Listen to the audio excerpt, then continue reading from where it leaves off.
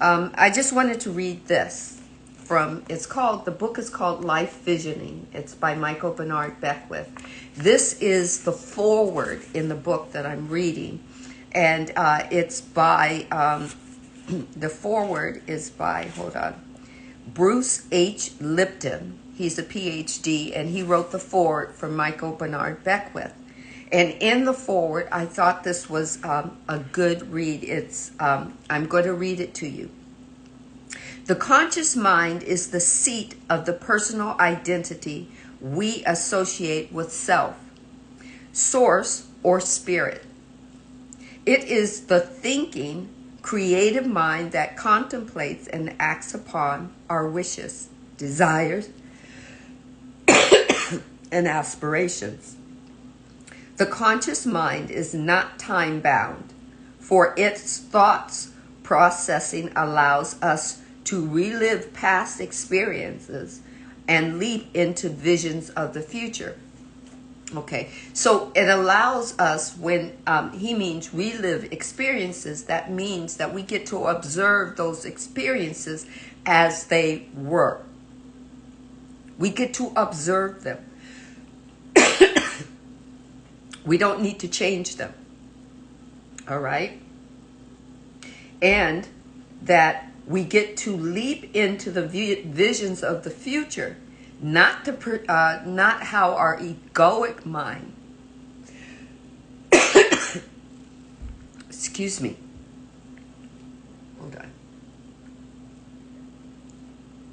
not how our egoic mind perceives the future.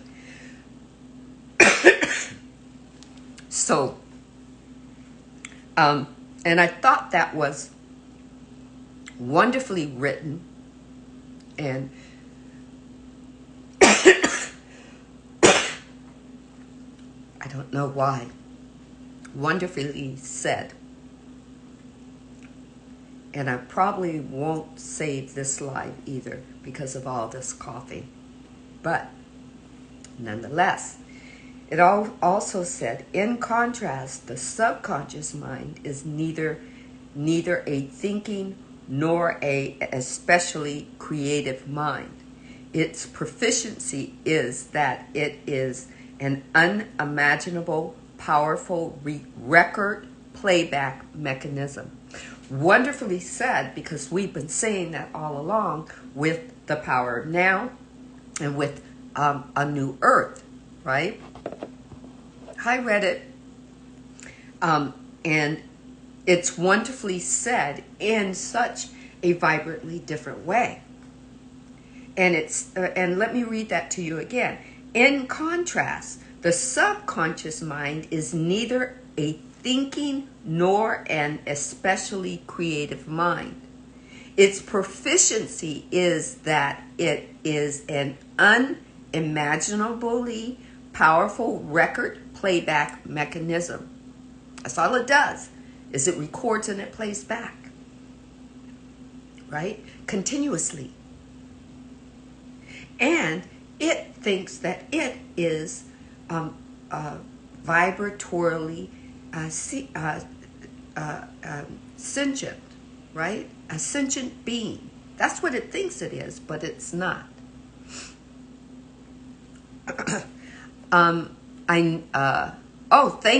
Thank you. I know you're very sick, and I'm holding space for you, for your well-being, and I'm holding space for your well-being as you see it, because I cannot go above your free will consciousness about your body and your wellness. Yes, isn't this interesting, Nigel, how it's said? I mean, these are two different writers with two different sets of vocabulary within them, and Source is using the vocabulary within each one of these beautiful writers, right, to say essentially the same thing about our unconscious and our conscious mind. And we as human beings have it that our conscious mind is the one that we have to keep track of. right? But it's our unconscious mind because it's a pre-recorded set of beliefs and pre-recorded Source wanted to give another word, and it's looking for a word within me. Beliefs and perceptions about the past or about the projected future, right? And it's just wonderfully said. Let me finish what he was saying. So I'm going to read that one more time. The conscious mind is the seat of the personal identity we associate with self, source, or spirit. It is the thinking, creative mind that contemplates and acts upon our wishes, desires, and aspirations. The conscious mind is not time-bound. It is thought processing allows us to relive past experiences or leap into visions of the future. And once again, I say, when it says relive, it means to observe the past. Because basically, when we're observing the past, it's a playback. Right? That's what reliving is. You're watching it play back, and you're seeing it as it happened. Right? And then in contrast, the subconscious mind is neither a thinking nor a especially creative mind. Its proficiency is that it is unimaginably powerful record playback mechanism, 1,000,000 times more powerful than the conscious mind. Why? Because everything is playing back from literally day one of your birth. Everything is playing back. And it's subconsciously doing that. If you aren't observing it, then it's getting away with some shit. Right? Yes, memory banks. Right? Endless memory banks. As far as its perception goes. So, and then he goes on to say, the subconscious mind primarily engages habits, pre-programmed reactive behaviors acquired from genetic instincts and life experiences. That's why it's so powerful. It's getting it from you or from us and replaying it. It's a program, and it's on record continuously, right? So I thought I'd read those two paragraphs in connection with what we're reading Tuesday, Wednesdays, and Thursdays of A New World by Eckhart Tolle, and seeing how sources continuously communicating with us through a plethora of avenues, open avenues, different people, different places, saying different things that all converge on the same thing. Some people call source matrix. Some people call source awareness. Some people call source Almighty God. Some people call source the presence that is never in absence. Some people call source the law of oneness, of everything that is one, right? But it's all the same. So let's see, like an app running in the background on your phone. Exactly. And if and I tell you, your phone comes preset with a certain amount of apps that you may not use, but the phone comes with it, and all the apps are turned on. Guess what? You have to go in and turn them off. I found that out. It's like, they show you, you know which ones you're using and how to go swipe up to, stop them from running as you're using them. But in the background, there are infinite amount of apps that are turned on that because you never use them, they're just running. Just like an app, Nigel, just like an app, right? And let's see, who is still in the chat? It's just, I just thought I'd come on and read that and also chat about, me switching my page. I don't know if my page is going to look different to anyone else. Switch the wrong one off and switch the wrong one off.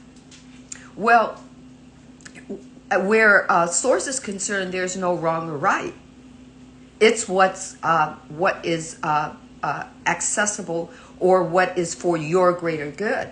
So you get to determine what's right or wrong based on your emotion, your body's emotion about the feeling that you're having about the situation or circumstance that you're thinking about continuously, and whether it's for your greater good.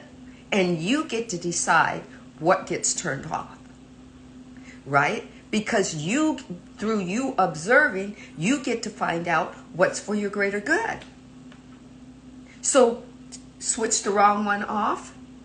There is no right or wrong, except according to how you feel about your circumstances or situations that your egoic mind is presenting to you. On a loop, on a continuous loop, on a continuous cycle, on replay. And it doesn't get to go away until you turn it off. How do you turn it off? Spiritually, you surrender it. How do you surrender it? You take time to meditate and go inward, because everything that is in is out. So if your outside life is turmoil and chaos and confusion, and you've got a lot of hate for somebody, or someone has hate for you and they keep showing up at your door, that means that you have to go inward, because your inward is reflecting outward. So then you have to, yes, acceptance. You have to let it flow. You have to say, these things are here. You accept them, don't resist them, because the more you resist them, the more they show up, and the more they show up, the more powerful they get at showing up, right? But if you just say, okay, let's just take, for example, you have somebody who always shows up in your feed of Instagram, and they always show up, and they're always negative, and they're always saying hurtful or spiteful things, and that kind of thing, then you have to go inward, because that person showed up because there's energy that they're attracted to. And you go inward and you find that you that's hiding in the dark. At some point in time, it was you, the way you felt about something, and maybe that person, you and that person linked up vibrationally by hating the same person or hating the same situation or circumstance. And hate can be a strong word, but I'm going to use that because that's the type of vibration that you would want to surrender, right? And you go in and you call that you forward, and you allow that you that's standing in the midst of that automated cycle that's going on, holding on to information that it doesn't need to hold on to anymore, that your old self doesn't need to hold on to anymore. And you be that hand that reaches out and says, come on forward.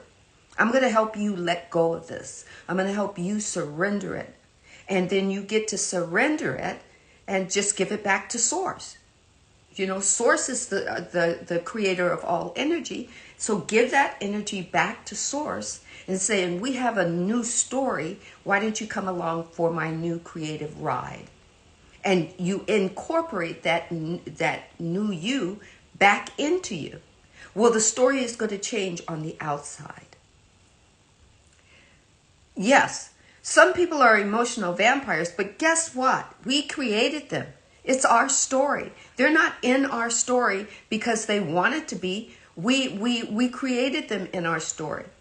And on the flip side of that, they were creating a story as well. They were creating on the flip side of a story that you were included in.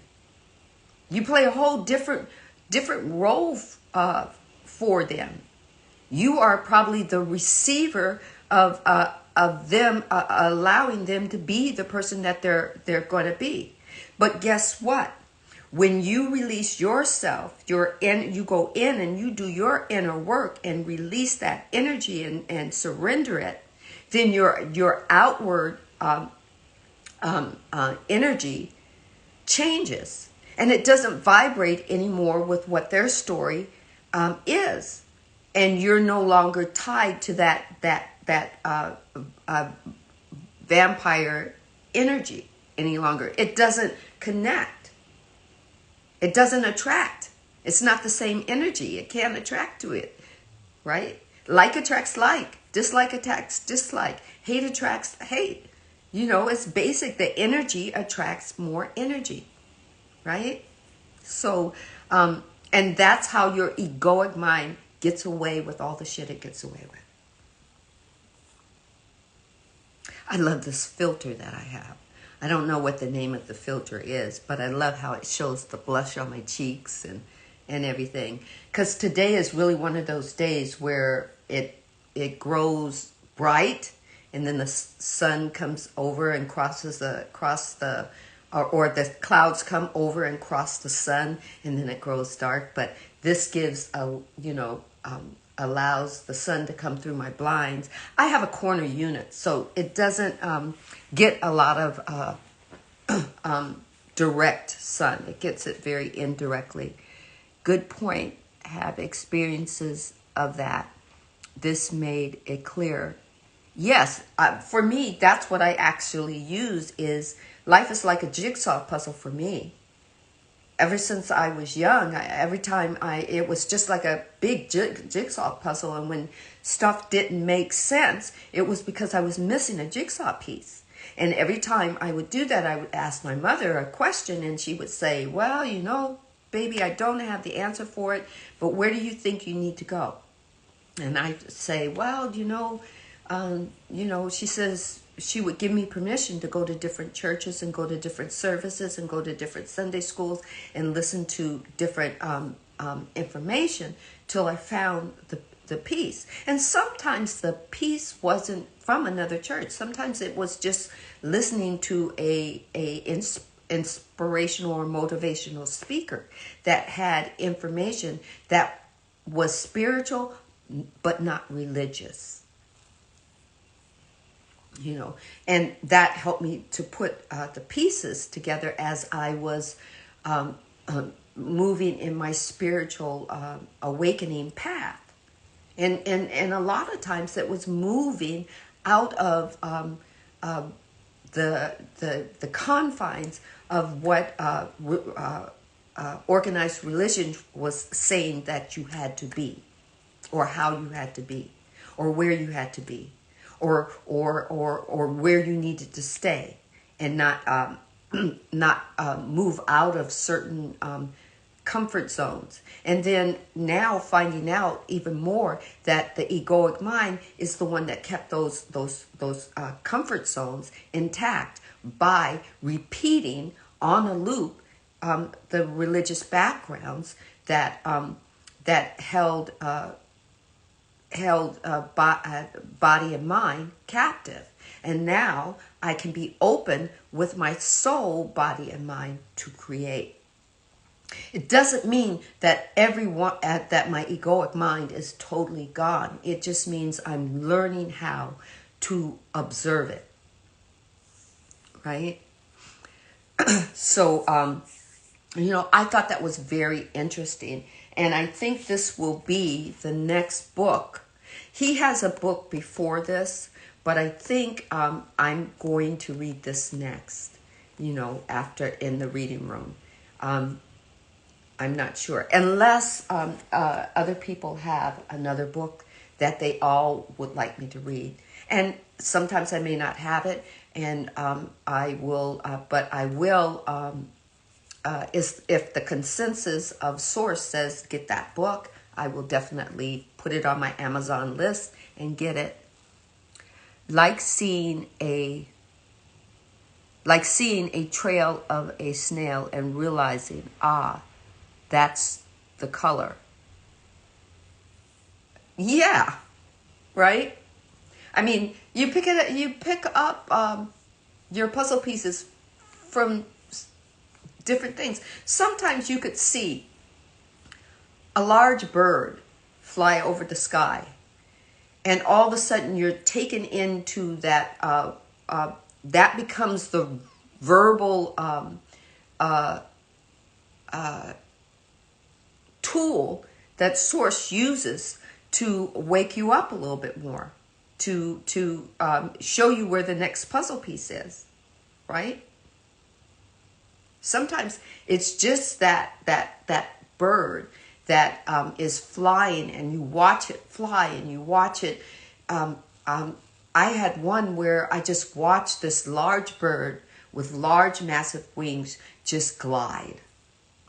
It didn't move its wings to propel it for quite some time, until literally it was almost out of the range of my sight, and then I saw the wings flap like twice, and then it started gliding again. And sometimes life is like that. Sometimes life is like a bird gliding. And then sometimes it's like little birds that have to flap a little bit more before they start to glide. And sometimes they can't glide all the way. They have to, keep propelling themselves in order to keep the glide. Right?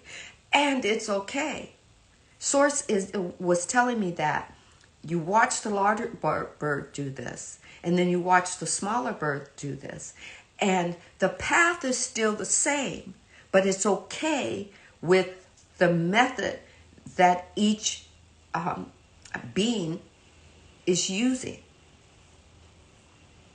So, it's kind of like not having that's why we need to observe instead of judge. And that includes people, not just our outer world, and trying to figure out how we go inward and clear the outer world up. But it's also about people. People are part of that outer world. And I know of quite a few people who are still judging other people, even though they know that those other people are, hi King James, even though they know that those other people are going through their awakening cycle. And they're going to go through it differently. Some people are not going to. Oh, you do? Yeah. Thank you. You know what? That makes a real big difference to hear you say that. Because I've only had very few guys actually kind of get into this, right? So it makes me feel wonderful. Oh, I receive. I think, but you know what? I've got a filter on. But you see me without the filter, so you see me in the morning hours. So thank you very much. I like you say, I receive. Thank you. So let me finish this thought. So there are a lot of people that are moving from their organized religion, and they're coming into their spirituality. And I know for me, a lot of organized religion was very confining. And I had a lot of jigsaw puzzles that didn't make sense, that pieces were missing. And as I came into my spirituality and understand God or source or awareness more, yes, awareness more, and I had a friend way back when who kept correcting me when I would say Mother, Father, God, right? And she just kept correcting me, and she would say, Almighty, give him props, and Jehovah, and, just, the whole Bible kind of thing, right? And by the time I would get out of the conversation with her, I was just quiet. I was just silent, right? Because I was accepting that she was where she was at. And that was okay. Because here's the thing, is all paths lead back to our souls merging back with Source or awareness or Almighty God. All paths. We humans are the only ones that put a negative or a positive to it, a right or a wrong to it, and never let things just be, right? So what I gained right now is that the egoic mind won't let things just be because it's on a pre-recorded cycle. That information that it took in for all of us that were working on that path, that organized religious path of keeping us bound in to a certain, not even a path. It's like staying in the box, right? And never stepping out and seeing what's going to serve you and serve your soul, your body, and your mind. And help you be that creator that Mother, Father, God, Source, or Almighty God created you to be. And that is moving through in and as you to see, feel, and be everything it's created within you. And that it's okay for me to call Source Mother, Father, God, or Mother or Mother Gaia and Father Sky, or when I want to call it awareness or Source or Almighty God. Because that's what makes my heart sing. Right? So, but the egoic mind says if you break out of these prefabricated walls, you're going to get hurt. That's all that pre-recorded message is about, is keeping you quote unquote protected. But what happens is your egoic mind creates.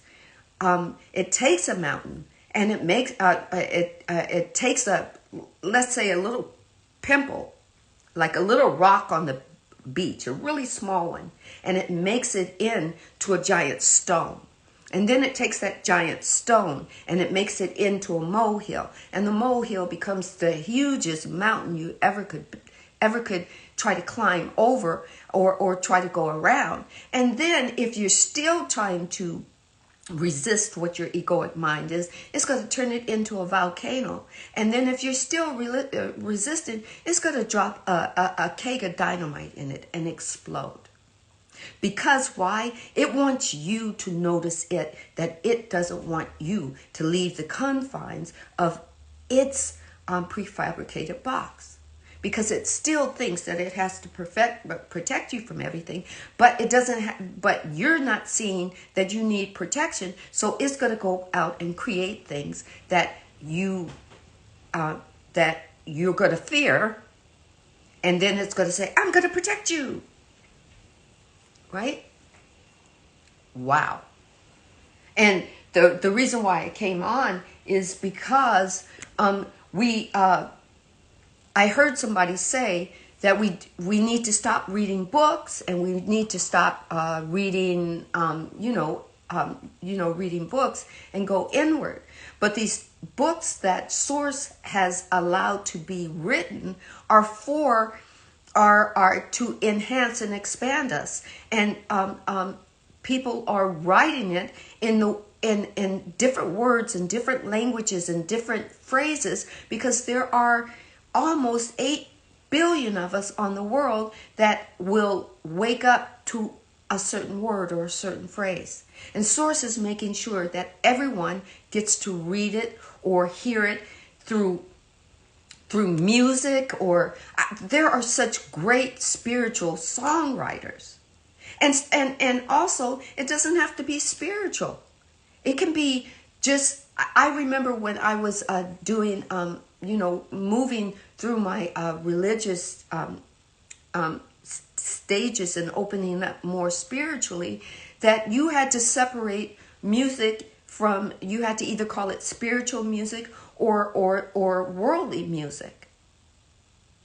But there are people that are writing music from a standpoint of where they are in whether we call it unconscious or sleepwalking, that source is speaking through. Source is not just going to speak through spiritually aware people, spiritually woke people. Source created 8 billion people, almost 8 billion people, to speak to, through, and with. So, thank you. How are you? So I came on here for a quick chat. I think I've been on here maybe about an hour, and I will be reading today at 4:30, and I will be reading this one. We will continue to read a New Earth by Eckhart Tolle. We are going to be we're on chapter 3, and we will be reading from page 61.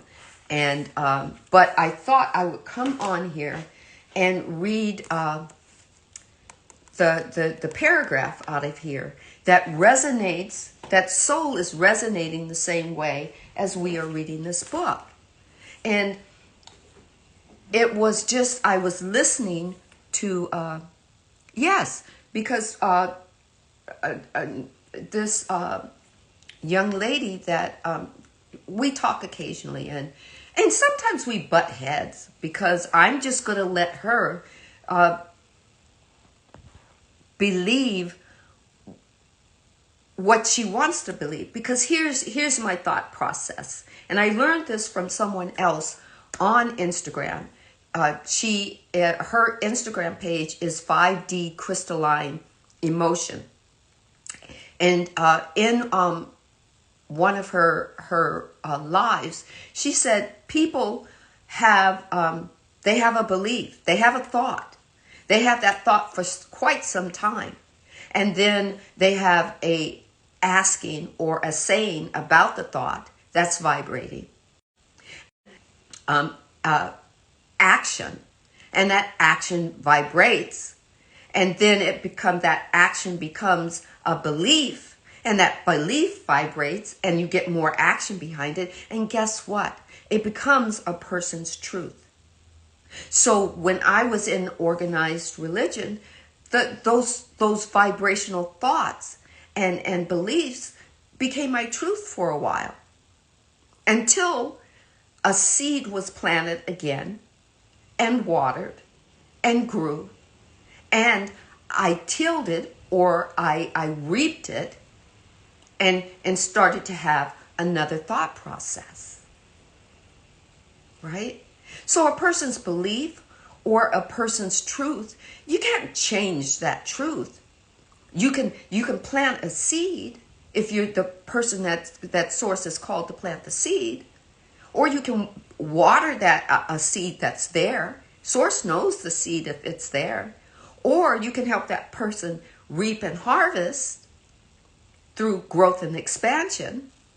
But you're not going to physically change somebody else to make you to make your egoic mind right about what you believe. Right?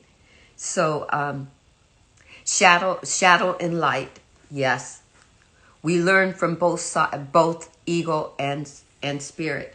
We learn from both.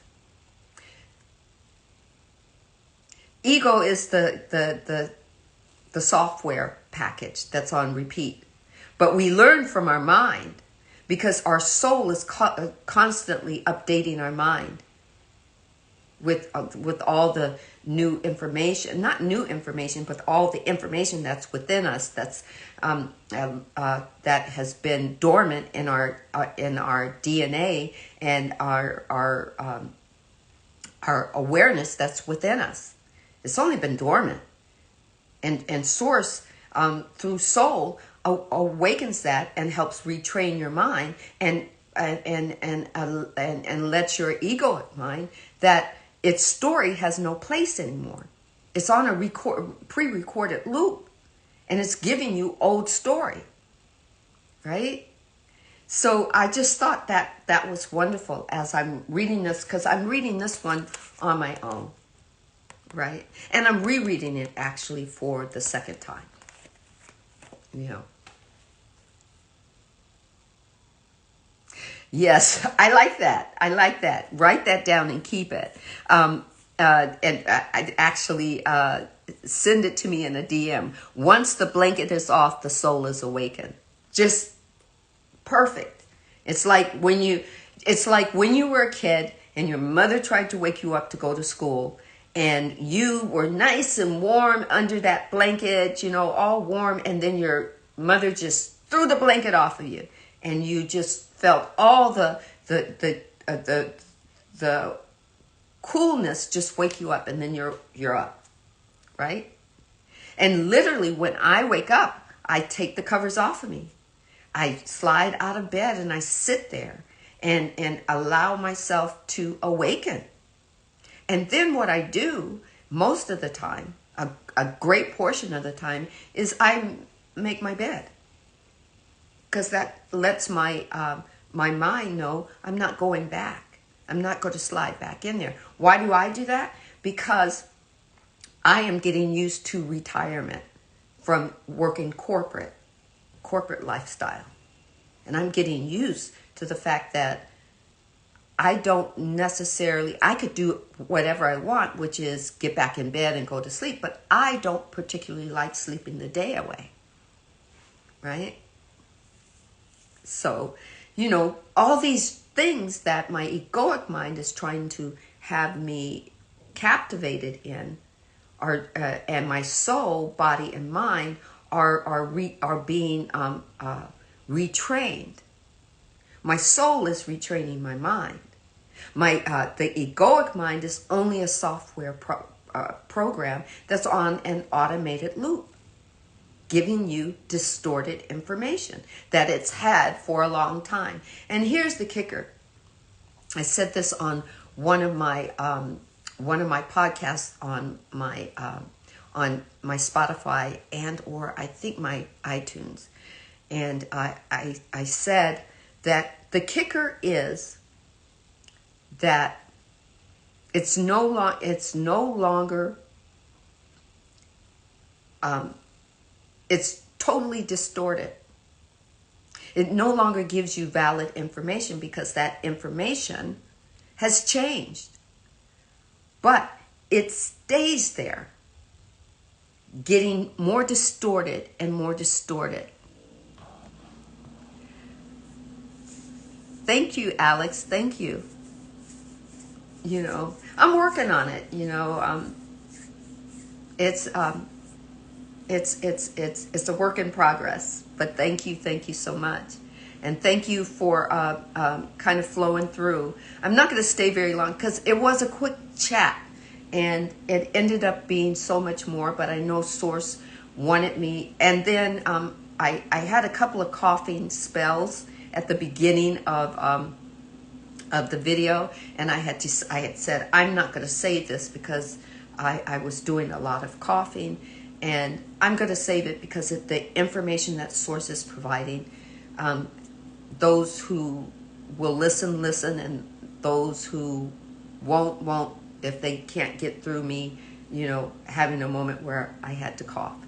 You know, it's part of your body. It helps you expel things. So, you know, and it needed to expel some phlegm. Yay! And if that's too much information, TMI, oh well. But anyway, so our egoic mind is on a pre-recorded loop, and it's got some distorted information that it's had in its playground. It's got a playground in that pre-recorded loop. It knows where everything is in our unconscious state. And it's on a pre-recorded loop. And it's always playing. That's why when you go to sleep, it can feed into your consciousness. That's why we were reading the book by about having gratitude, right? By Rhonda Byrne.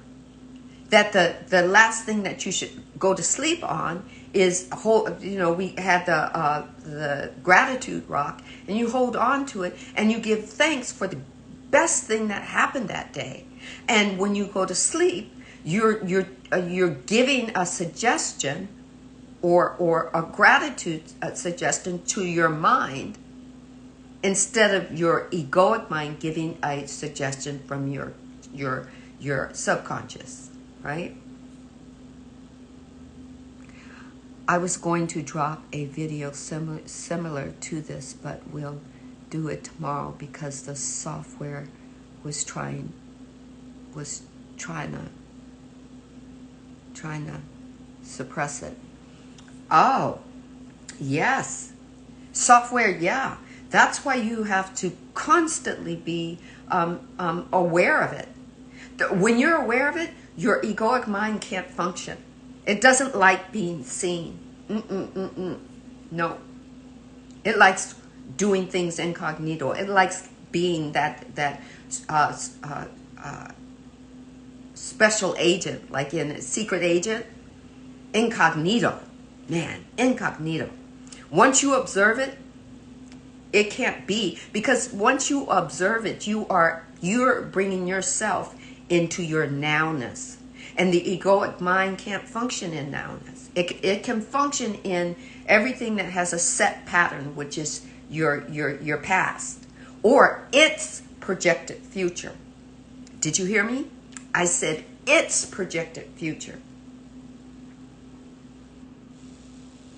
Because when you're in your now, you're letting things just flow. Like situations and circumstances, you're letting them flow. You're looking at them, you're letting them flow, you're observing them without having judgment of it, and then you're putting yourself in the allowing moment of the situation or circumstance having a release to it. That means that the situation or circumstance, all of a sudden you find that the problem has an answer, right? That something that turned out to be negative has a infinite possibility of turning into a positive. And you're in your now moment when you do that. And guess what? Your egoic program can't function there, right? Let's see what you said. Would love to have a chat with you, Sandra. I'm sure we will bounce off each other celestial information. Well, is it Geoffrey Johny HD? Is it Johny Geoffrey HD? Do you have your last name first and your first name last? I'm not sure. But definitely, I would love to. We could do a live or something. Would be really great. I would love it. Or you can come on my podcast. I have a Soul Conversation with Sandra podcast that I do on Fridays at 11:30 a.m. Pacific Standard Time. And if you're in the East Coast, that's 2:30 Eastern Standard Time. And I do that. I would have space available in April, or we could just go live, right? So would love to talk to you, definitely. Hi, Santuli Customs. So anyway, I'm not going to keep this any longer. I am going to save this Geoffrey, if you wanted to come on live right now, just for a few minutes, you're welcome. You know how to do that, how to do the request. If not, I am going to end my live so that I can do some other things before I go on to read at 4:30. Hi, Indigo. How are you? Hi, I mean, Lucy, Azari. I'm just, I started this live as a just quick chat. I wanted to talk about, the dancing that I was doing on my reels. I was really enjoying it, and then they didn't give me access to music anymore because I had a business account, and they said so when I changed my from business to creator account, I can still use the music to do reels, but I don't have access to the wonderful music I was using. I am amazing. How are you? I am amazing too. I am simply amazing. I am feeling good, feeling blessed, and allowing things to move and move through me, and allowing my soul, body, and mind to connect with each other. So that means I have to kind of keep that, access open to observe my egoic mind.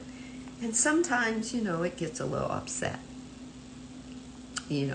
So, Azari, I was about to end this live. Do you have count those blessings? I am learning that right now. I am counting the blessings, and I've had three people come in. So what I'm going to do is I'm going to read from this book right here, and and the reason I'm going to read, I read this earlier, is because it's saying the same thing that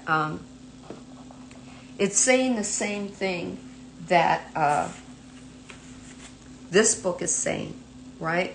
In just a different format. And I was reading, and I just decided to hop on. That's why it says a quick chat. And it ended up, I think I've been here an hour. So, oh, you're so welcome. Thank you, Nigel. Thank you for joining. Okay. I'm going to read this, and then I'm going to end my live. So, good morning, Melissa. Happy Thursday, right? Okay. So, and then I'm going to end. But I will be back on at 4:30 to read from A New World, okay? So this book is called Life Visioning. It's by Michael Bernard Beckwith. I am reading a part of the foreword that was written. Again, let me, so I make sure I get his last name correct. Bruce H. Lipton. He's a PhD. Okay, so he wrote this foreword. It says, the conscious mind is the seat of the personal identity we call self, source, or spirit. It is the thinking, creative mind that contemplates and acts upon our wishes, desires, and aspirations. The conscious mind is not time bound. Okay? The conscious mind is not time bound, for its thought processing allows us to relive past experiences and leap into visions of the future. Okay? And hold on a second.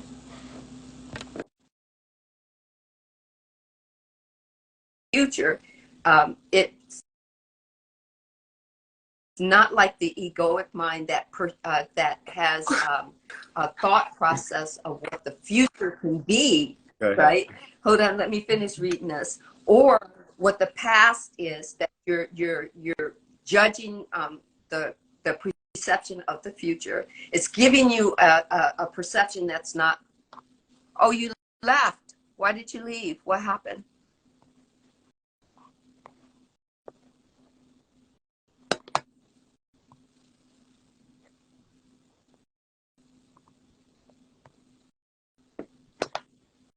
Okay, I don't know Yeah, I'm back. I'm here. Can you hear oh, me? are you back?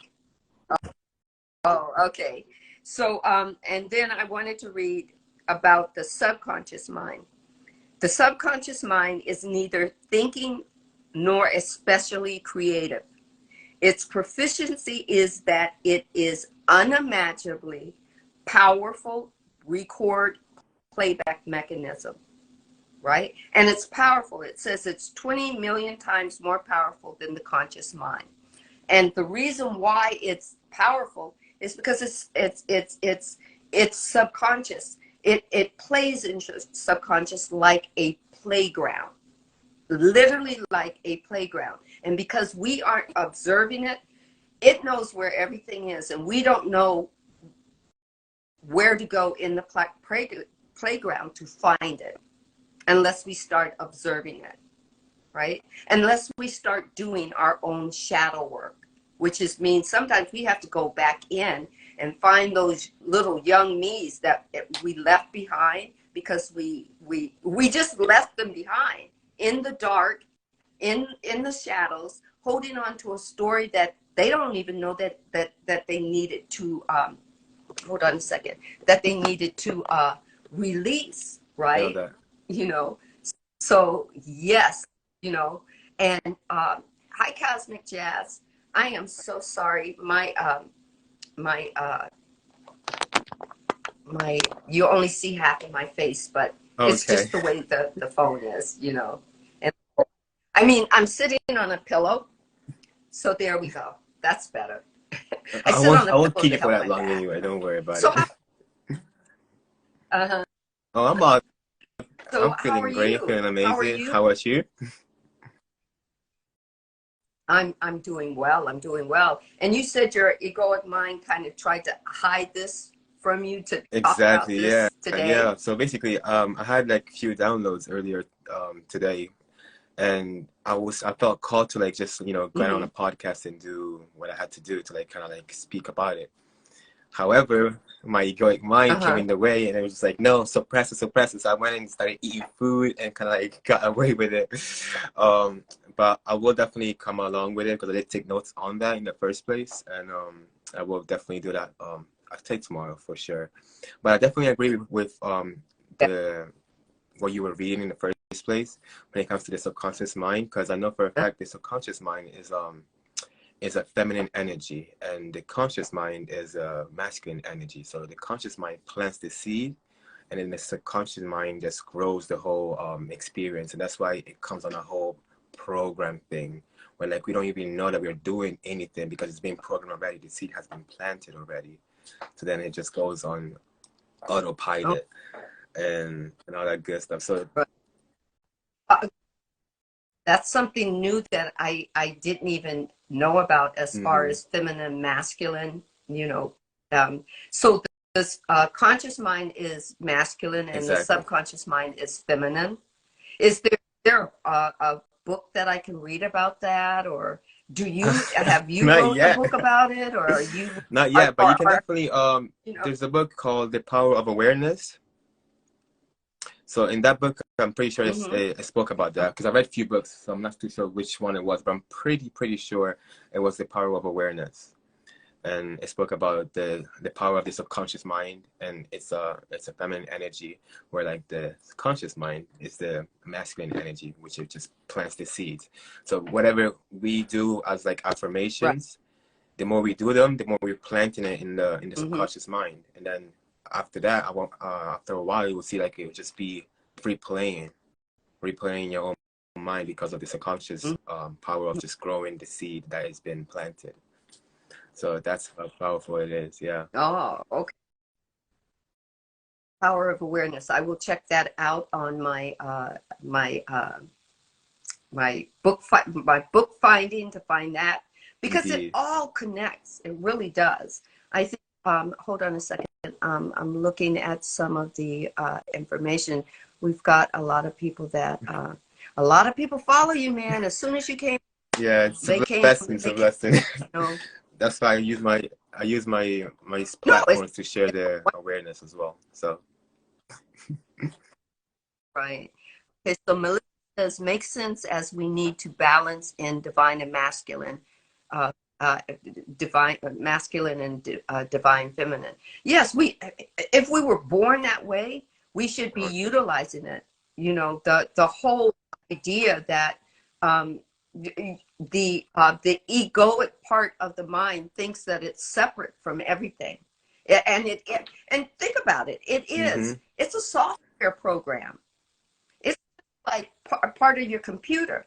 And if the software doesn't work anymore, what do we do with the computer?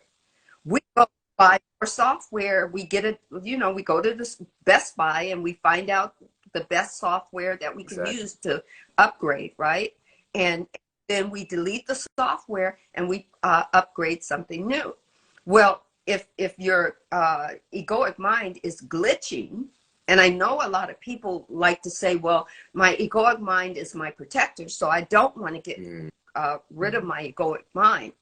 Well, the thing is, what you want to do is you want to utilize the creative mind that you were born with, not the software that the creative mind created in third density to make sense of it becoming aware of itself.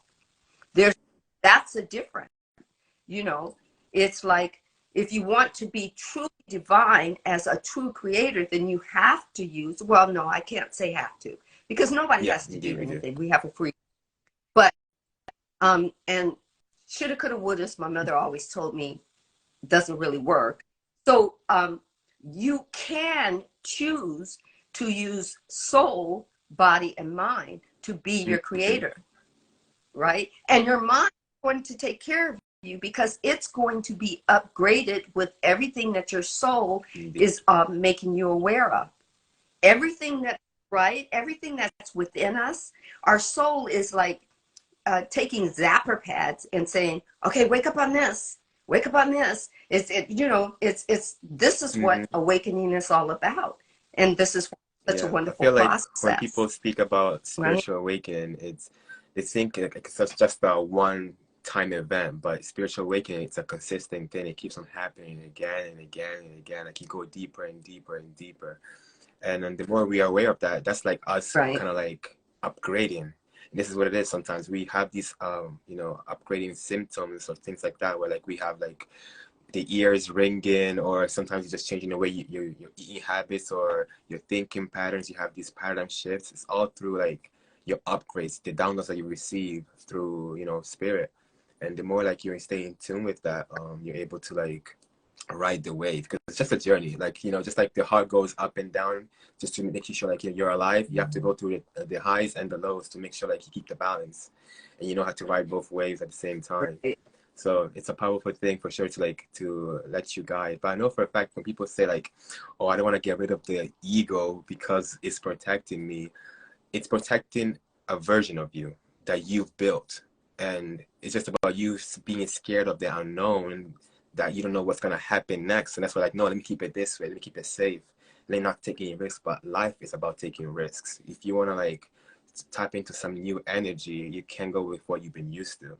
If you want to get a new result, you cannot be going with the same programs that you've been used to, or else it will just still keep you on the same path and give you the same results in general. So I believe like that's why we hear most about the ego death rather than the spirit death. We never hear about the spirit because spirit is eternal, and ego is like, you know, it keeps on dying, because then you built a new ego, you built a new program that the ego will kind of run with at the end of the day. So it's all about the ego kind of knows how to guide you through this physical world, this physical realm, but it's all through spirit that gives the chance for it to work through it in a way or the other. So it's about like finding building the balance between the two, the ego and the spirit, and finding like peace within that, because we both need both of those, because or else we wouldn't be here having this human experience as spirits, you know, if we didn't need the ego in the first place. So that's the powerful thing about it. I think that's the major lesson that we have in this world, to just know how to work with those two, the shadow and the light, you know, the ego and the spirit, the divine feminine and divine masculine, put them together. Because once you truly have the divine masculine and the divine feminine intertwined with one another, that's when you're fully God power. That's God's power in itself, you know, unconditional, not thinking this side is this side. No, we're all together. It's a unit, you know, it's a team effort. So I'm just like, thank. Sometimes my soul searches for words, and because I'm, I think we're all in a learning process. We're all in a learning process, and that's why I came on with this book, is because the things that you think you know, like my mother says, the things that you think you know, you don't know. And the things you don't know, oh, you really do know. Don't want to sit down with it and expand it, right? So for me, it's I know how to put it into awareness. Where awareness is, we're awareness. We are embodied with, no matter what you want to call it. You could call it awareness or source. You could call it divine God, or mother, father God, or some people choose to call it mother Gaia, and father sky. Source doesn't care what you call it, as long as you know that you are. Yes. Right. It moves through, in, and as you. It's seeking to be you. It didn't need our agreement to be here. It decided it wanted to see, feel, and be itself. Indeed. And it chose us. Get that. It chose us. And then our souls got to create us, got to sculpt us, got to say, I want him to be in this family. And they got together and talked to each other and said, okay, you're going to be his brother, you're going to be his sister, you're going to be his auntie, and they played. They're playing being a human incarnation. And we as this body, as this vehicle, we're taking it so seriously. Fun experience, Yeah. We've taken it so seriously that we separated everything about us, right? And it's like, that's how the egoic mind says it. Well, I'm separate, then you should be separate. If I see things separate, then you should see things separate. It's only that one reel, that I'm separate from everything, therefore you should be separate from everything, right? And it's one little process, in a massive, beautiful mind that we have. This gorgeous mind. I know somebody had, when I first started speaking on this, when I first started my Instagram page, somebody had, came at me, and it's like, no, God is mine. And the program. And I just, okay. That's all I did was I said, okay. And they said, oh, well, what do you got on your side? I said, God can be anything it wants to be. It's telling me mine, therefore it's mine. Who am I to detract from what God told you that it is, right?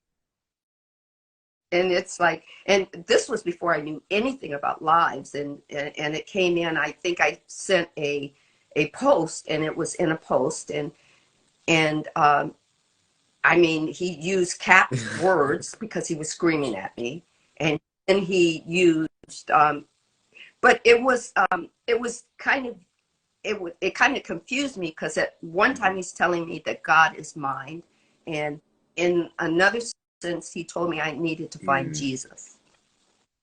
So I'm confused. Are we talking mind, like the science of the mind? Are we talking religion? So I was kind of confused, but I said, whatever it is, sir, you're welcome to have that. I'm not going to, change you. And then found out that all paths lead back to source, to soul. Okay. It does. Nobody can be right or wrong.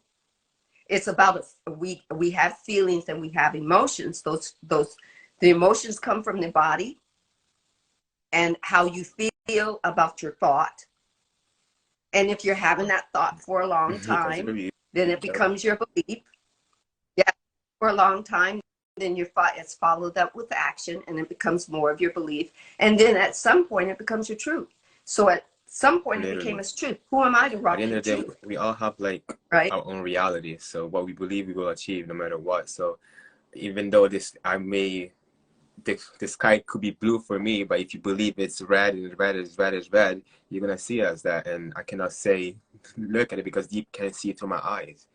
And my eyes give me information that I'm used to. Like we have like these kind of like filters through our influences, programs that we got on. So that's when we see something, we see it and identify it as whatever we've been through and whatever we has been programmed in our own mind. However, that might not be the eternal truth, but it might be the truth for me because this is what I'm used to seeing. So that's why sometimes when people think about death, they see it as like, oh, it's a bad thing. You gotta grieve, you gotta feel bad, and da da da da. When somebody else can be like, no, it's a celebration. It's like you finishing your soul contract and going to a new experience because you're never, like your soul never dies. You know, this physical reality comes to an end, but your soul will go through a new, different experience. So it's beautiful. So when you have that kind of outlook, you know that you're not attached to the physical. But if you are so attached to the physical, you just see like, oh yeah, death is the end of us. That's it. After that, we're done. When it's not necessarily it, because we came here as souls to have a human experience. And if we came here, then when we gotta leave, we'll leave and go to a new experience kind of thing. So we just gotta rejoice through that whole experience in general and not attached to the physical, but we should kind of like stay connected with the lesson that the person brought to us in the first place, because we're all here to teach one another and learn from one another as well. So it's a powerful thing. Like we are here to co-create our reality one way or the other. So yeah. Oh my God. Hey, where have you been all my life? Okay. I'm here now though. But I was gonna say, when I was a kid, I remember I used to drive my mom nuts because I would ask these embodying questions. I would ask them in front of adults and everything, and they would look at her and they go, "And my mother's passed on," and they would go, "And your daughter has an old soul. Why would she be asking that?" I freak people out, right? So I remember asking her, I said, "Why do we, meaning humanity, why do we have to buy expensive caskets that no one can afford to put the body in when it's going to disintegrate, when it's going to turn into what looks like earth," right? And why don't we just what do you call it, fade away?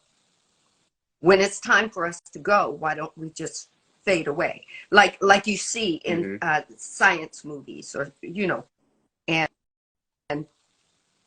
she said, and she told me, she said, "I don't know, honey, but I know you're gonna figure it out." And I kind of did, because it's the story that we wrote. There was a small group of people who feared, and small group of people doesn't mean like 10, or it could be 10,000, but they feared death so much that they created that story. And then a larger group of people collectively went along with that story. So now that's what we have. We have where the body goes back to dust, and we covet it. But had they wrote that story billions of years ago, that we just when it was time to go, separation, it was just, we could have, I don't want to use the word evaporate, and I don't like disintegration. Maybe you can think of a better word. Transmute. Transitioning. Mute into energy, and done. And it's, it's kind of like that to me would be the perfect goodbye, right? Or goodbye, I just see you later, right?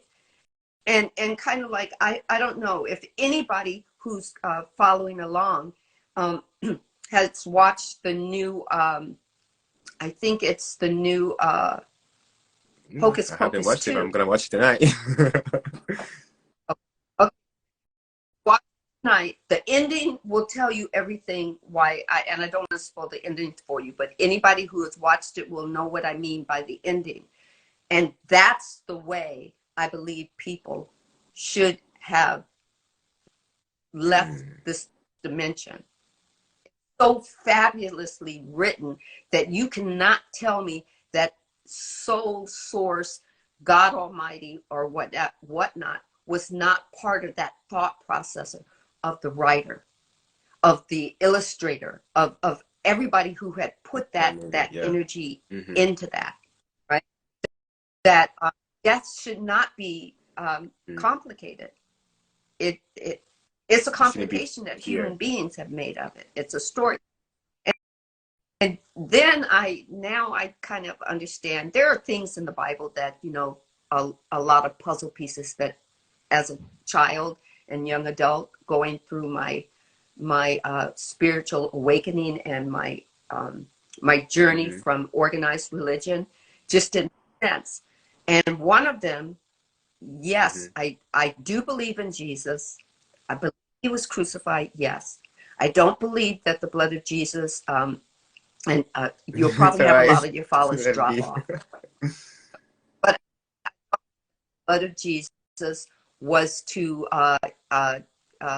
take away our sin, because I Exactly. don't believe that we were Exactly. We were born born sinful pure from the at the beginning. end of the day.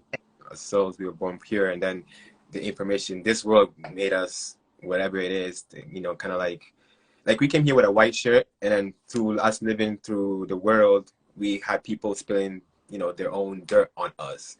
With their dirt is basically their programs, whatever they're used to, their traumas and stuff like that. So I feel like that's mainly what it is, and they want to make you Right. feel like, oh, like they basically, when you come into this world, you have your own wings and you're ready to fly, but they want to cut your wings already by telling you like, oh, you are a sinful person, and through following this religion or this you know, belief, we will make you better. But instead, they'll make you to a certain level to keep you still here rather than going beyond and everything like that. And but it does give Right. you, like, I guess, few things, few clues for you to kind of like that you have to decode for your own self, because it does contradict itself sometimes. Right. So it's mainly like the person that's quite aware is able to see through the veil and like read in between the lines and see, okay, this is what is going on here, and I'm not gonna be complying to like or compromising my own liberty as a soul for somebody's belief that it's their own belief that's being written, kind of thing. But I can definitely tell, because at the end of the day, all religions have a way to like kind of bring you to know that there's something more than just this physical realm.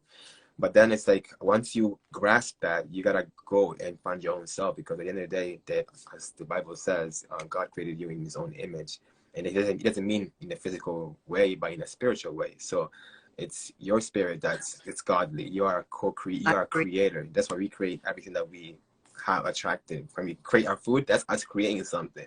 We create babies, we create all these things in the world. So we know like we are gods.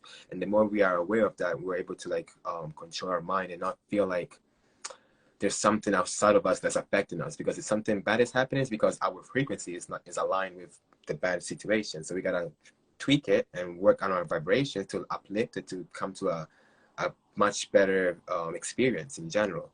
And the thing about it is like the Bible, it keeps you in a way where it's like you can play the victim, you can give you don't have to take accountability for what's happening to you, kind of thing. Where it's like, no, spirituality instead, it gives you like, it makes you stay accountable for things. Not like, okay, cool, I have attracted this, I co-created this with this, but I cannot blame that person. It's because I allowed that person, I met that person, whatever, with my frequency to let this experience happen, and I can only learn from it and see what can I do after with it. Because it's never about what's happened to you, it's what you do with the situation in general. So you can turn something that's happened to you, where it happened for you, because it made you stronger, it made you more aware, and now you can have much more clear things on how life works in this thing. Because this is why we're here to learn, and through us learning is us healing.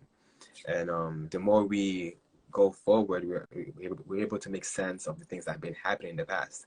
So something that might have been so bad, now it's like, oh, it was a blessing in disguise in the first place, you know? So that's the Right. power about it. Yeah. Yeah. And that's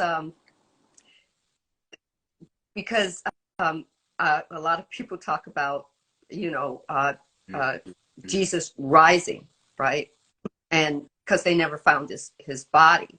And I actually thought, and this I did ask my mom about, it's like Jesus, his body just went, he gave it up Mm-hmm. in energy.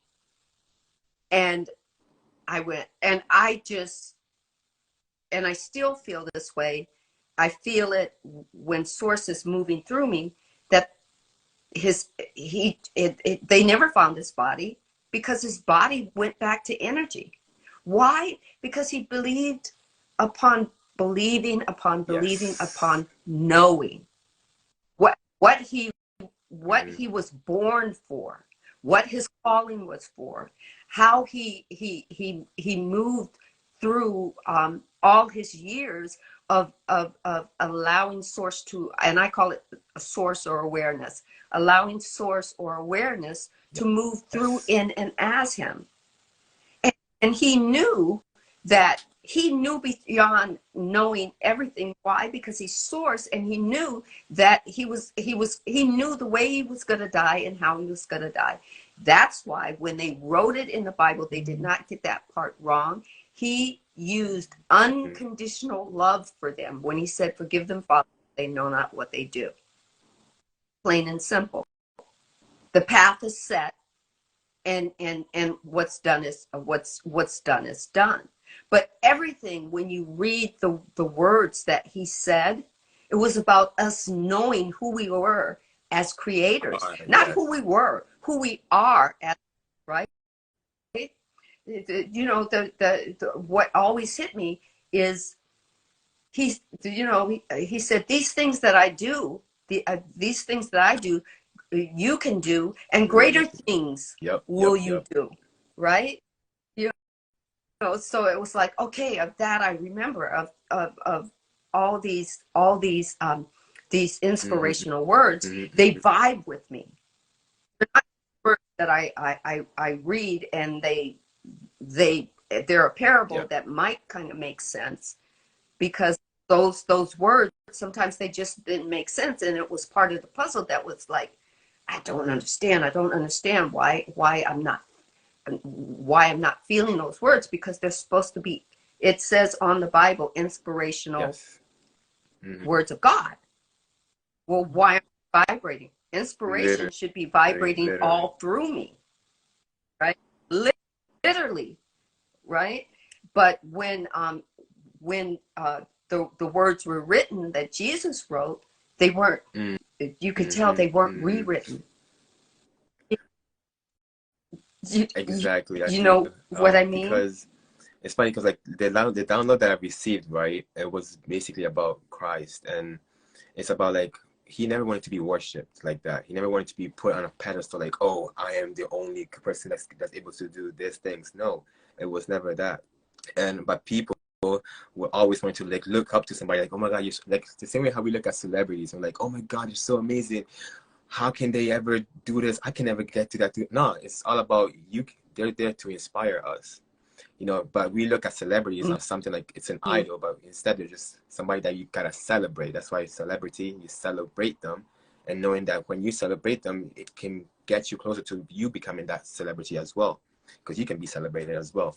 And it was all Right. about, you know, cherishing his teachings and taking them for our own experience as well, because at the end of the day, um, as he also said, like we are able to do whatever he does as well, or whatever he did in general, if not even better, just because once you have a teacher, right, teaching you something, the student will overcome the teacher, right, will surpass the teacher at the end of the day, because he learns, the teacher will teach him all these things, and he basically gave him a shortcut, and now you got more space for you to even create something bigger and better in general. That's how the same way when it comes to our parents and stuff like that, we become a better version of them because we're so aware and we're able to see the mistakes that they have done, and we don't have to go through them necessarily, and all that stuff. So we have more space for in our mind to like, you know, to absorb better things or create more things in general. So I feel like that's mainly what he meant when it comes to like we can become even a better version to them of him. But when we don't see ourselves because we see ourselves like, oh, he's this and we are here, when it's true, we told we're all connected. When we actually get to see that on a spiritual level, that we're all truly connected, we can all go through the same phases that as we are, like we're just a reflection of each other. And the more we relate to each other, we can understand like, yo, that power that you have in you, it's within me. I just have to learn how to tap into that. Simple as that. So once I do learn to do that, that's when I can become that same version of you. But I will still attract my own unique experience, because at the end of the day, even though we're connected, we all have a unique DNA. We all have a unique expression. We all come from different sectors of the world, different times. You know, with astrology, we all have different signs in our own thing. So we will definitely, like as any instrument, we will convey our own music sonically through experience. So Right. the more we're able to understand that and embody that power and own, because this is what it is. When the religions are there to make us believe, but once you over past that level from believing, and you bring that within your own self and discover your own self by having a self-discovery journey, you know, to spirituality and all that good stuff, you become to know the power that you have within you. And you don't look at things like, oh, this happened by accident. It's like, no, I know what I'm doing. I have attracted this. I manifested this. I know how to execute this, and I can do that again and again and again and again, just about using the same energy and the same kind of mindset on anything that I do in life. So the more we get to understand that and comprehend that and understand that, we fly. There's nothing done by accident. I remember reading, there's a part, you know, God created everything, seventh day, God rested. And in there, I'm going to tell you that man forgot to take this out. All the rewriting that they did, they forgot to take this out. It says, let us make man in our image. All right? So when you, and this was another question I said, when I saw that, I said, is God more than It's a one? collective. And my It's a collective. Whoa, right? I think I'm I getting was shivers right now because I was 12. going to say the same thing. It's like, yeah, go ahead, finish up so, Right? so I can tell you what's up. Oh, no, all I remember is because when I brought it up in it was in back when I went to school, when we had summer school, my mother would send us to 6 weeks of Bible camp.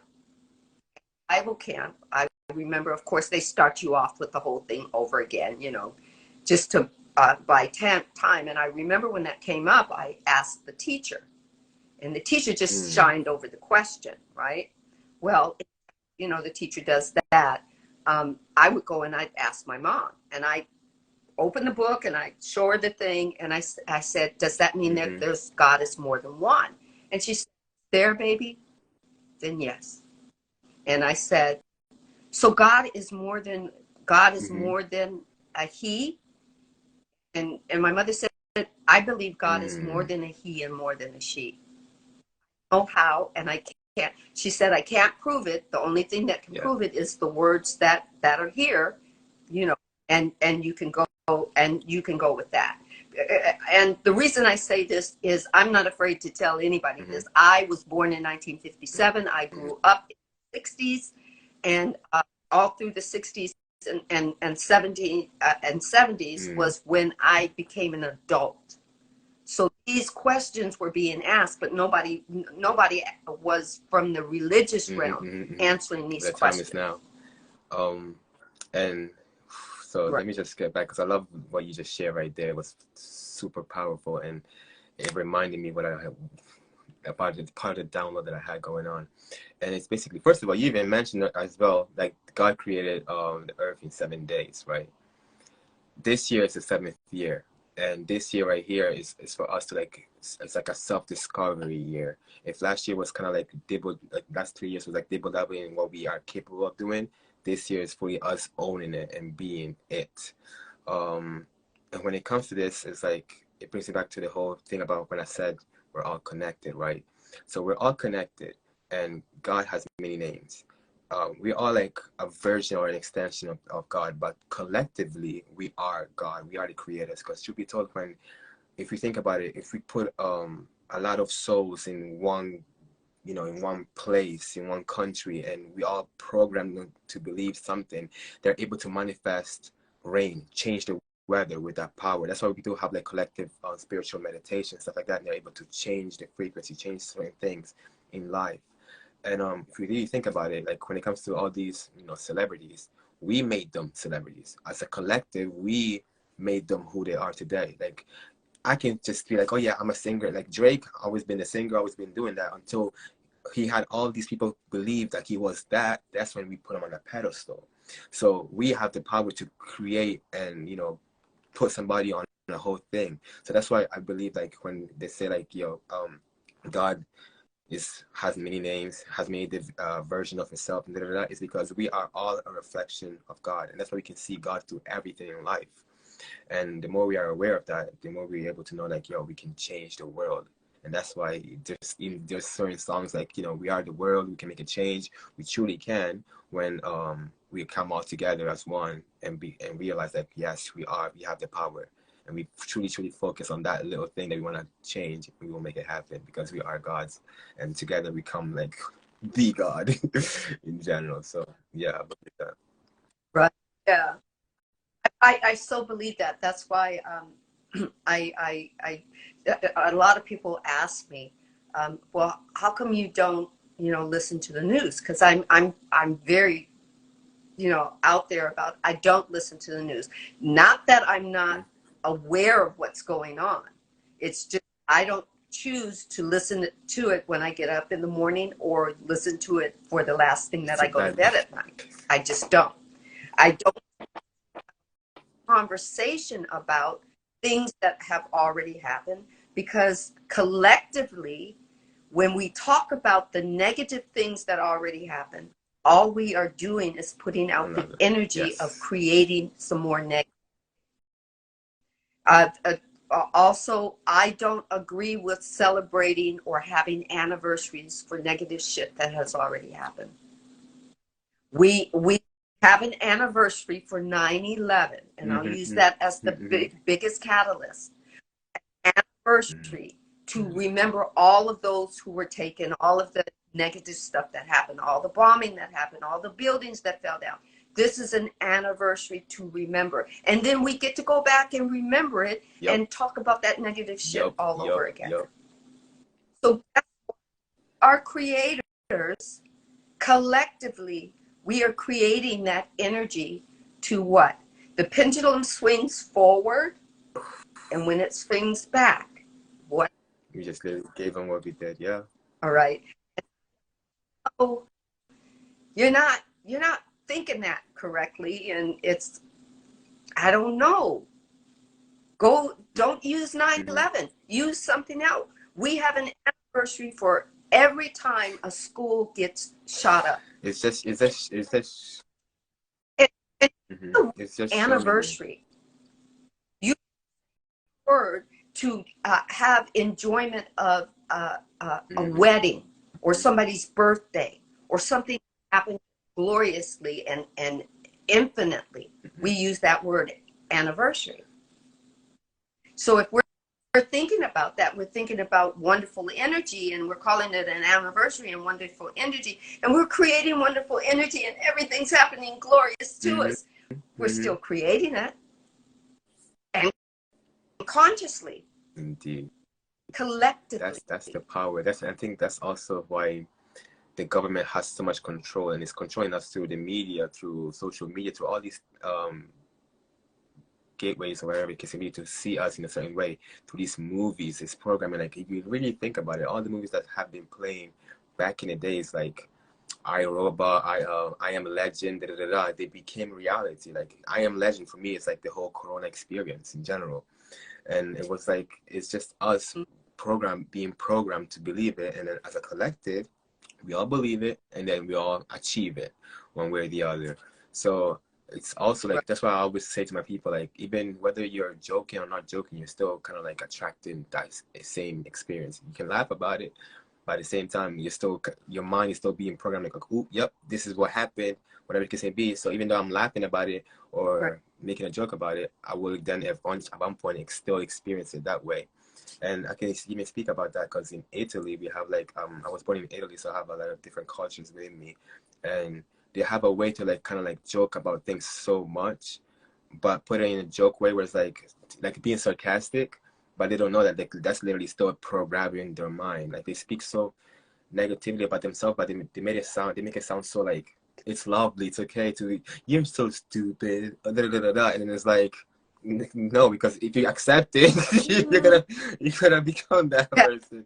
So it's being Right. aware and actually like moving and creating life consciously and with intention. Like if you know like that's not what you want to subscribe to, don't approve it, because once you approve it, that becomes you no matter what.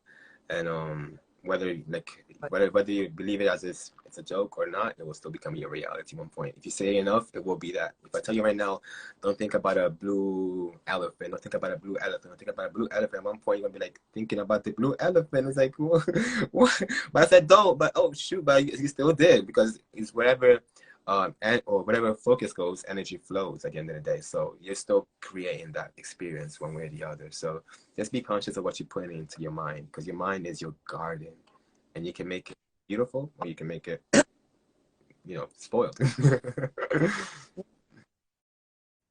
Or basically just I'm a sailor with a sailor's mouth. You can make it beautiful or you can make it shed. You just Yeah. right. You, you decide. That the thing is, uh, Melissa said, anything that creates division only Energy. empowers Yep. the negative. Yes, and you know, we live in duality. Duality. Get this. Dual. You can think that it's. You can call it awareness. You can call it matrix. You can call it whatever you want.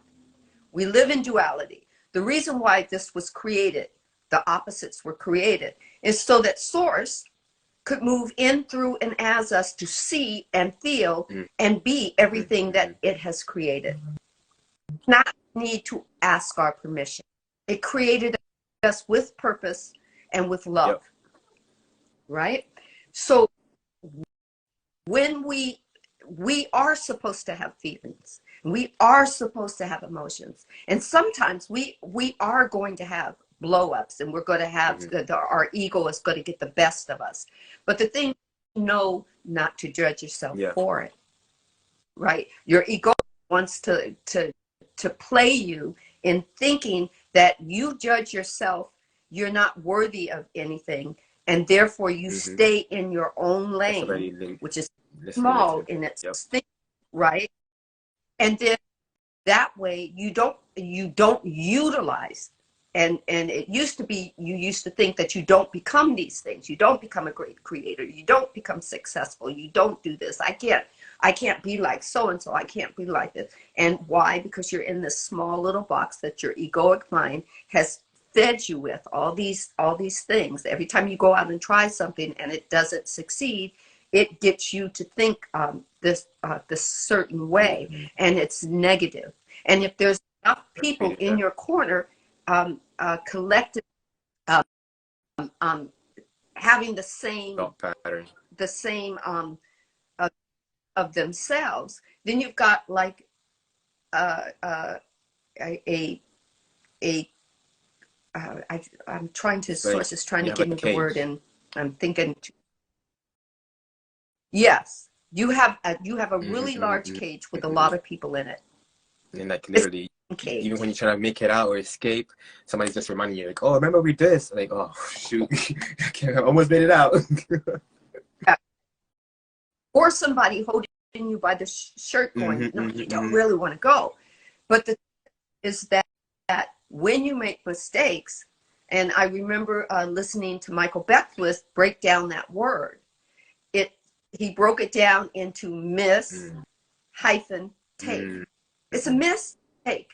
We Okay. wake up in the morning, a new day. And why? It's a new day because we're a new person and we get to make another choice. And we get to look back and observe our past and only observe it. Our egoic Yep. mind will want us to judge it. But if we're observing it, then the ego has to take a back seat. It doesn't like that. Matter of fact, if you get bold enough, you could tell the ego, put on the fucking seatbelt. Okay, matter of fact, I got a gag for you here. Put an apple in your mouth and hush while I Yep. drive. I don't take I like that. backseat drivers, right? And sometimes it works really great. And then other times, you know, it jumps, it can spit the apple out and whisper in your ear. And but you don't have to judge yourself Yep. for it, right? And especially because especially if, you know, your ego says, oh, I love this. My mother used to say, if everybody was jumping off the cliff, would you jump too? Yes. Oh my God. They have this saying as well in Italy. Like, no, of course I wouldn't. And so like, well, so why are you trying to make it seem like if everybody does it, you gotta do it too? Right. And that's that, but that's your ego. That's your ego. And everybody else is staying in their ego's boxes. They're not stepping out of their comfort zone, of their ego comfort zone. Why are you doing that? Right? Right? And for most part, we were kind of, you know, going along with the process. I know me, when I ask an embodying question, I break ranks, but there were other times, especially when my mother passed, she was my go-getter, yay team. You asked a good question, now go find the answer kind of person. And then when she passed, and I was still in that part of grieving her. I didn't know about really about you know, death, you know, being more of a celebration than you know, limitation, right? And for me, I was my ego kept me hemmed in that because with her, I didn't have a moment to say goodbye. You see what I mean? So in there, that little girl, not little girl, but that young woman who didn't have a chance to say goodbye was still in there. And literally last year I had to shadow walk to allow my, you know, that young woman to come forward that was holding that, you know, holding that ability to not understand that the reason why my mother didn't say goodbye was she's one of my guardian angels.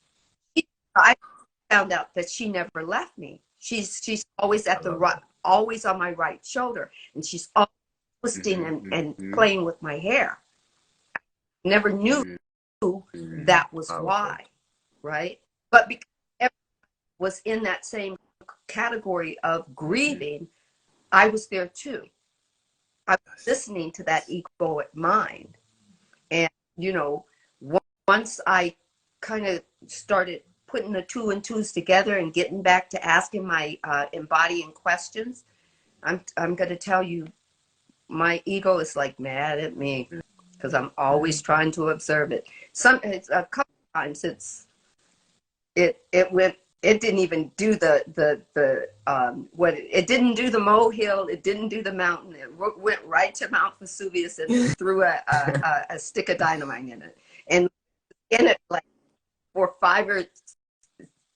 maybe 10 minutes before I realized that I need to take a back seat, and or I need to allow my ego to take a back seat and just have a moment of clarity, you know, and make do it right. I believe that because it's funny because everybody now speaking in the chat about like their passings of their people and becoming their guardian angels. It's beautiful because like funny thing, my sister messaged me it was the last night, and she told me like she had a dream about me dying at 30. And it's funny because I'm 30 now, and all that stuff. So I took it as like, oh, it's gonna be a rebirth, and I could feel it like this year it's gonna be a whole different new geo that's coming out for the world, and that's that part of me that's dying. The old me, the old version of me is kind of dying out, and it's coming in a new experience is coming in, and it's always going to be beautiful. Every time there's a rebirth, it's always beautiful. When the baby comes out, it's always beautiful. You know, it's always a celebration,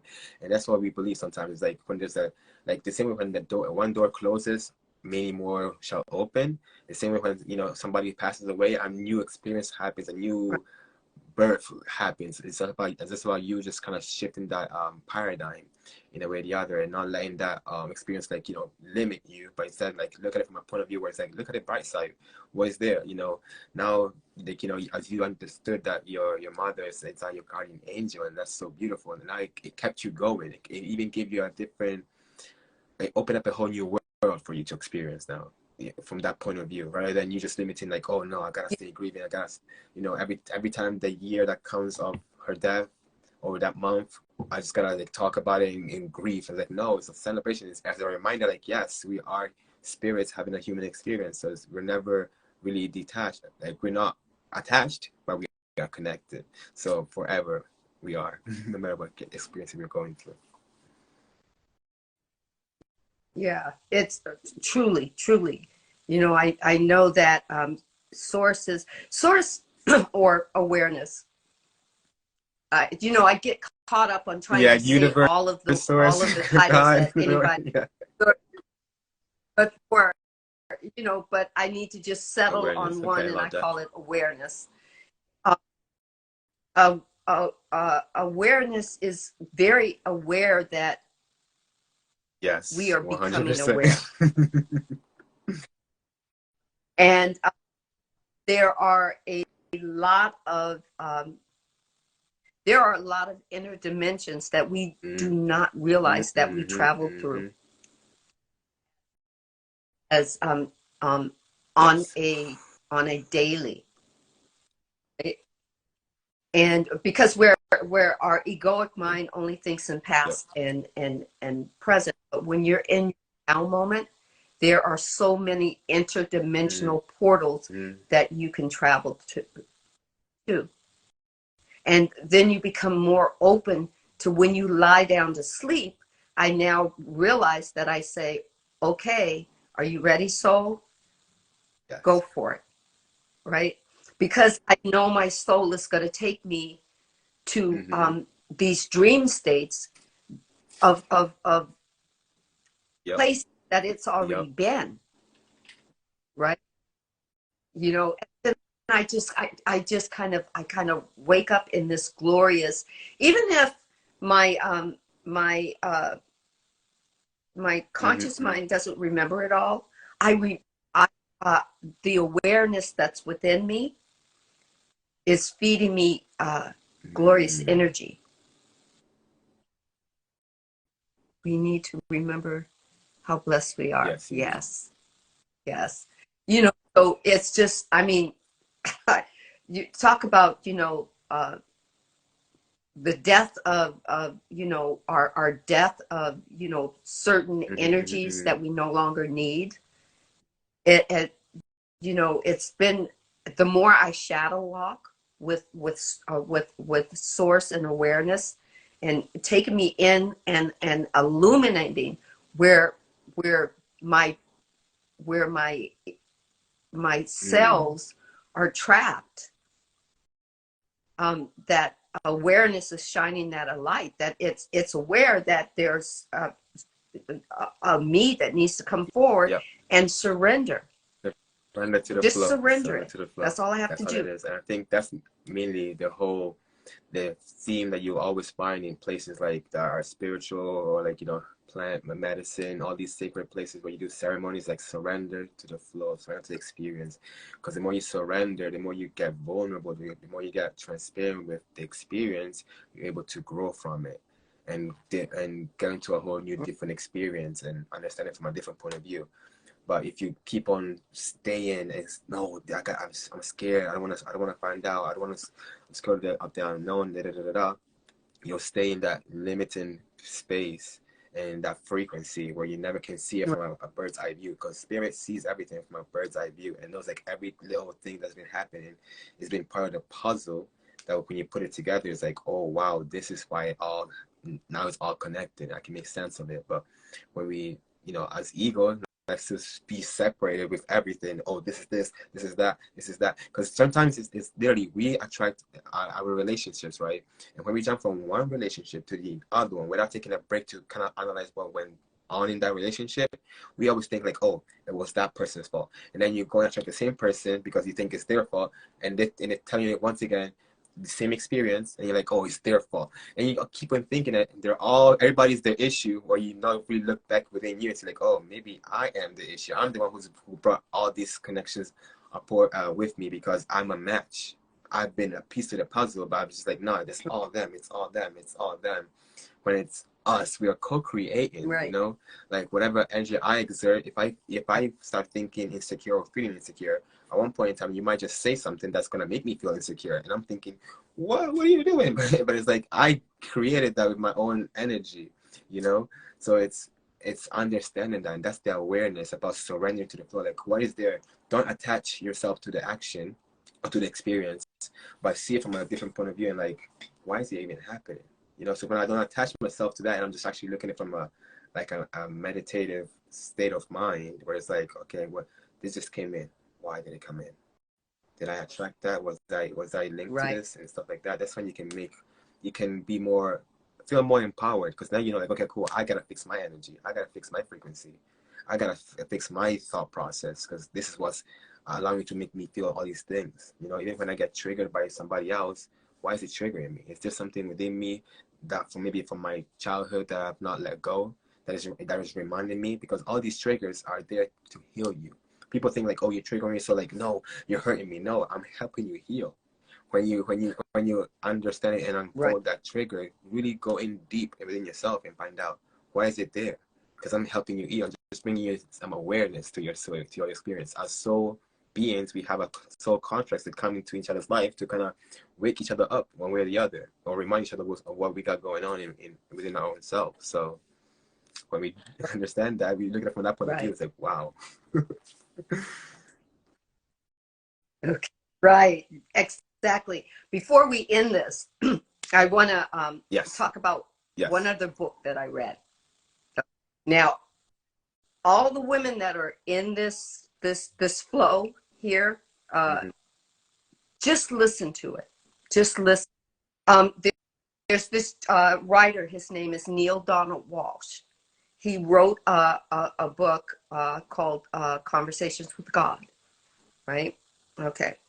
And he got some slack for it, because, you know, folks said, you talked with God and then you wrote it down. Yeah. Right. In his third book, and I believe it might be the first or the beginning of the second chapter, and he wrote it based on him asking God questions.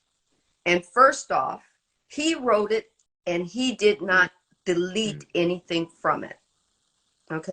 And you can tell why, because in it, he was asking, and what I'm about to say is not about the devil, but he asked a question about the devil. He asked of God, okay, where does the devil come into play? And I'm what do you call it? I'm not, yeah.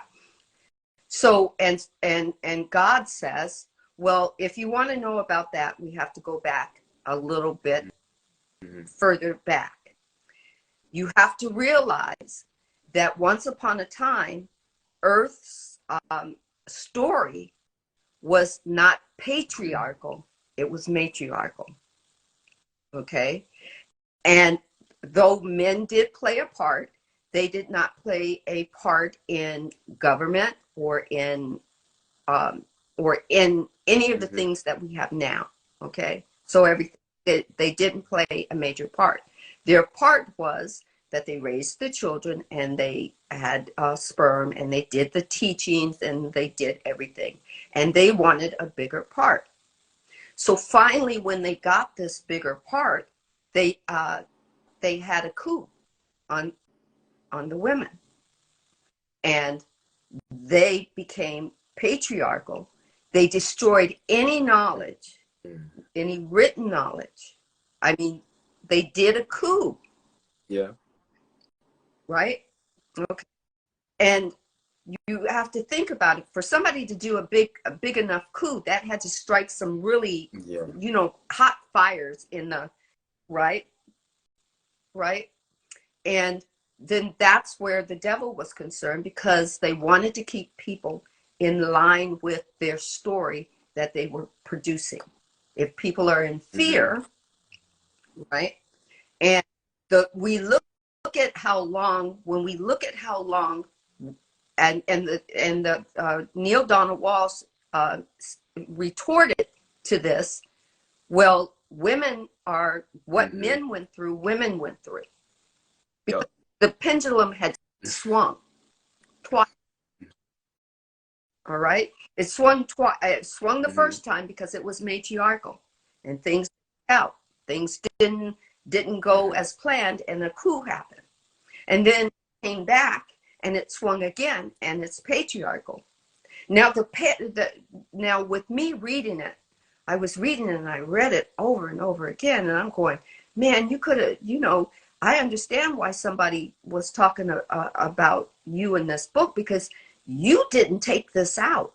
Everybody would have expected a man to just take that out, to gloss over it. Why not?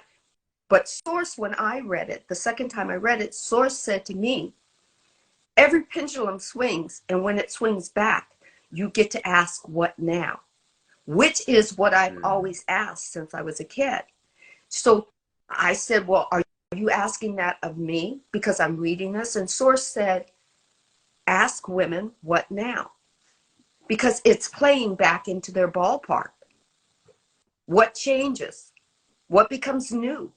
What story do you get to write now? And it's supposed to be integrating our masculine and feminine. Doesn't that mean that masculine and feminine of the human race have to be together? Well, how do you want me to do that? My thing was, I'm not a celebrity. Buku amounts of money. I haven't wrote a book yet. I'm still trying to, yesterday, and I think about that. Today, I just figured out that I had my Instagram page on business when it should have been on creator. Still learning. It's all good. How do you want me to explain it? And right now, it's having a conversation with a man about what I read. Right. This is all. It's the beginning. It's planting the seed, and it's finding like-minded people. And then we all can represent that message that is being shared, and then all have a play in it. Because I think that's mainly what it is. Sometimes, like, when we feel like we have to do everything by ourselves, but it's through a team that we're able to co-create the vision that we want to achieve one way or the other. So it's like, okay, cool. If you might not know how to work the system, how social media works, you can find somebody that can help you with it, and then that'll get you to where you want to get to faster than you just trying to like find it out by your own self in the first place. So it's just about being open to collaborate. Right. Yeah. And the thing is, okay, the pendulum is swinging back, and the thing is, do we want to have an all matriarchal society again, or do we want to have matriarchal, patriarchal society where we work together, where the story that we're creating is a collective story that we're telling? Right? So it's like, oh, I get that, and Source, oh, you might make a few men and women a little bit upset about it. It's the initial part, when one day they'll understand why, thank me later kind of thing. Yeah, they'll think. So it's rather interesting, very interesting, none the least. I mean, it's like I've got more books to read. I've got to read the one that you said, Power of Awareness, sure. Right? Okay, definitely check that out. So what I'm going to do, let me know if any of you Oh, would like we're to up for it. Let's do collaborate. it. Like, the soul family is here, you know, so let's collaborate all Yeah, together. For sure. yeah. One, let me know if you want both him and I together. You know, the Yes. energies Divine align. time. You know, so definitely. So say is, um, if you don't mind having the beginning of this be a little kind of choppy, I will put you as a collaborator so you can use For sure. this however you would like to use it. And just know, I'm going to treat Okay. this as a podcast, share it on my podcast on my Spotify. That's fine. Do you That's totally mind? fine. Is that okay? The message was here to be aligned. I said it, so I'm definitely even more than happy to do another podcast properly, so we can get it done with that motion as well. So whenever you're ready, I'm ready. All right. All right. And I'm full for March. I can't believe it. I'm full for March. But the first Friday and would you be willing? Because I do my podcast on Fridays at 11:30 a.m. and Okay. Pacific Coast time. And I'll Sounds good. You send it all to me the because I live in information. the UK, so I'll have Right? to like see the time, the time difference, but Yeah. for sure. Yeah. It's like a full No, I day think it's 6 hours, ahead. depending on. Are you?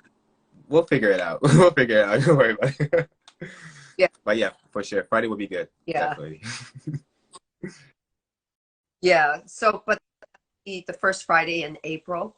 But we will use this as a Yes. you know, an Yes. introductory to it, because there can be so much more that can be expanded and just dived into, you know. So wonderful. I am Yeah, I'm so glad that you glad that you had me. came on at the, you know, because I would literally, this was supposed to be a That's quick what I chat. always say. I And I'm always say that it's a quick chat, and I end up being here 2 hours later. Like, oh, I guess Source wanted me to speak. Okay, yeah, 7:30. definitely, Sounds good. definitely. So yeah, okay, so hold on just a second. I've got to, okay, my phone was doing something weird. So I'm going to let it do something weird because I'm not going to resist it. So I am going to, hi, Shauna 777. Lee, I how see are the you? synchronicities now just popping up. 11. Yeah. Oh my God. Now people are coming in Yeah. like 11. Like we about to go, guys. Let's see, Sandra, Sandra Gas, Aussie time, cover well. She will have no words Okay, with beautiful. UK time. Yeah, I understand. UK time is she's let's see, she's UK time. No, she's Aussie time. So she's today is, what Yes, is it is. today? Let's think about it. Wednesday. So yeah, I have to think about it. The reason why I think about it is because I finally got used No, to but being me, I personally retired. had to think about it myself. Like, is today Wednesday? I don't know. Time is just, it's not linear anymore. Like we're unfolding the veil as well when it comes to time. So yeah, it's just now. It's just now. Time Right. is now. Yeah, we'll get it all together. But I am so glad. I'd like to thank everyone for coming into this sacred space and allowing us to have a conversation that you part of, and utilizing your comments. I tried to keep up with most of them. If I haven't, please allow me to say forgive me, and know that you are loved. 100%. What is it? Right here, right now, it's 11:01, and it's 10 people, and it's like a lot of ones, a lot of ones. We're decoding the matrix right now. We're So breaking through. So it's beautiful. I'm glad. I'm so thankful, Sandra, for having me in the first place. It was divine timing, 100%. I know it's gonna be greater and greater and greater. So yes, a new beginning. blessings. And I'm going to close this space. I'm Oh yeah, into I'm learning what is it? about 11. numbers. Yeah, 10845 is to close, but I'm not call my energy back because my energy is out there, allowed to be out there to work and grow and expand. I utilize the energy that's within me and allow it to grow and expand from me. And I hope that everyone will be blessed. So 108 105 10845. Thank you so much. Thank you. I see ya. Bye. Okay, we'll do that. Okay. Peace and love, people. Much love. Okay. Peace and love.